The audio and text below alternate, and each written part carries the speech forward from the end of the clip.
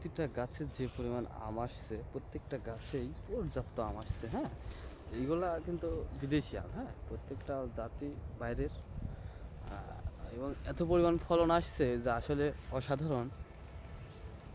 প্রত্যেকটা গাছে এগুলা যদি চারা, আম সহ যা যা চারাগুলো সংগ্রহ করতে চান, তারা আসলে আমাদের সাথে যোগাযোগ করলে আমরা এই ধরনের আমগুলা অ্যাভেলেবল দিতে পারবো।